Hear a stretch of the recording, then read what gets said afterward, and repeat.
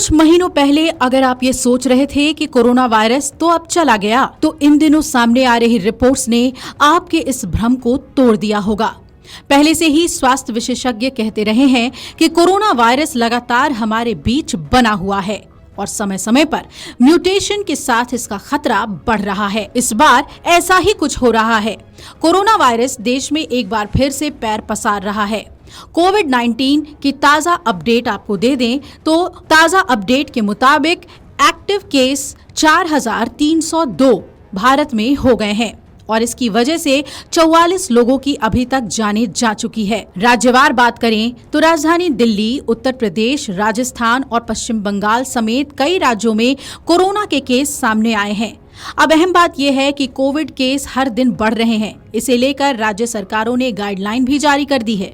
स्वास्थ्य विभाग के डेटा के मुताबिक देश में सबसे ज्यादा कोविड केसेस केरला में सामने आए हैं। केरला में 1373 एक्टिव मामले हैं। राज्य में 9 लोगों की मौत हुई है। वहीं कर्नाटक में 324 एक्टिव केसेस हैं। राजधानी दिल्ली में कोरोना के 457 मामले एक्टिव हैं। यहाँ 5 लोगों की मौत हो चुकी है। वहीं उत्तर प्रदेश में कोरोना का आंकड़ा 200 के पार पहुंच चुका है। राज्य में 201 एक्टिव केस हैं और 2 की मौत हुई है। दक्षिण में तमिलनाडु की बात करें तो यहां 216 एक्टिव केसेस हैं। राजस्थान में 90 एक्टिव केस हैं और राज्य में 1 शख्स की मौत हुई है।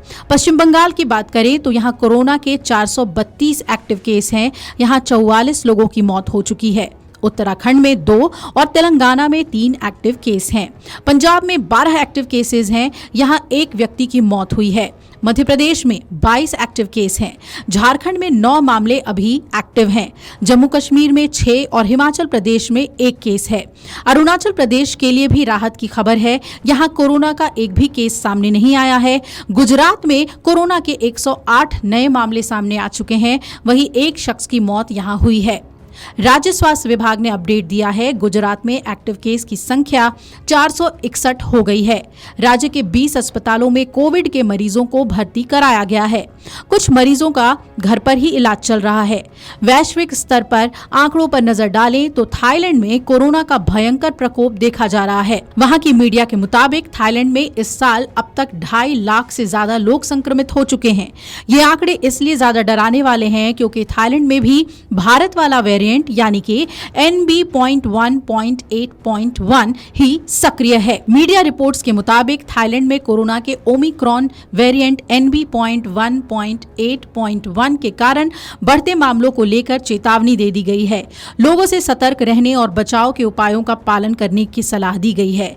30 मई तक के आंकड़ों में 41,283 नए मामले सामने आए, जिससे इस साल अब तक कुल संख्या 2,57,000 केसेस यहां हो गए हैं और कुल मौतों की संख्या 52 है। इसके अलावा विश्व स्वास्थ्य संगठन ने भी चेतावनी दी है कि स्थिति चिंताजनक होती जा रही है। दक्षिण पूर्व एशिया और पूर्वी मध्य सागर वाले हिस्सों में वायरस में उल्लेखनीय वृद्धि देखी जा रही है। कुछ महीनों पहले अगर आप ये सोच रहे थे कि कोरोना वायरस तो अब चला गया, तो इन दिनों सामने आ रही रिपोर्ट्स ने आपके इस भ्रम को तोड़ दिया होगा। पहले से ही स्वास्थ्य विशेषज्ञ कहते रहे हैं कि कोरोना वायरस लगातार हमारे बीच बना हुआ है और समय समय पर म्यूटेशन के साथ इसका खतरा बढ़ रहा है। इस बार ऐसा ही कुछ हो रहा है। कोरोना वायरस देश में एक बार फिर से पैर पसार रहा है। Video desk amarujala.com। अगर आप ये वीडियो YouTube पर देख रहे हैं तो हमारे चैनल को सब्सक्राइब कर बेल आइकन दबाएं और Facebook पर देख रहे हैं तो हमारे पेज को लाइक करें।